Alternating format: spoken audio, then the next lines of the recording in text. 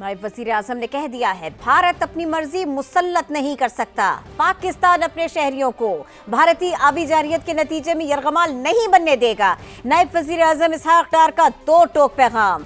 कहा, भारत ने पहलगाम वाक़े पर झूठा ड्रामा रचाया, बेबुनियाद इल्जाम लगाया।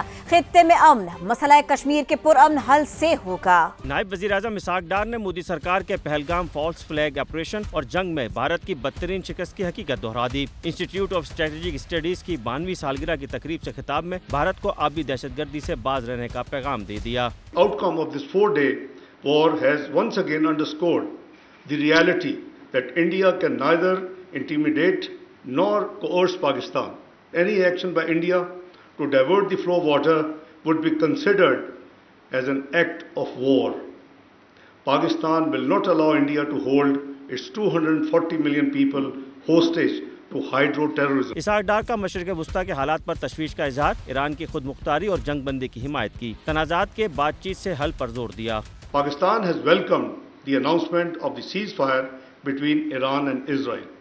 We stress again that all the relevant parties must constructively engage and resolve all outstanding disputes peacefully through dialogue. नायब वजीर आजम ने अफगानिस्तान के साथ अच्छे ताल्लुकात की ख्वाहिश का इजहार किया। साथ ही ये भी वाज़ेह किया कि अबूरी अफगान इंतजामिया को यकीनी बनाना होगा कि इसकी सरजमीन किसी दूसरे मुल्क बिलखसूस पाकिस्तान के खिलाफ इस्तेमाल न हो।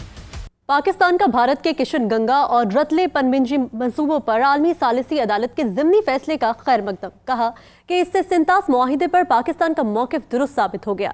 भारत मुआहिदे पर मामूल के मुताबिक अमल दरामद फौरी बहाल करे।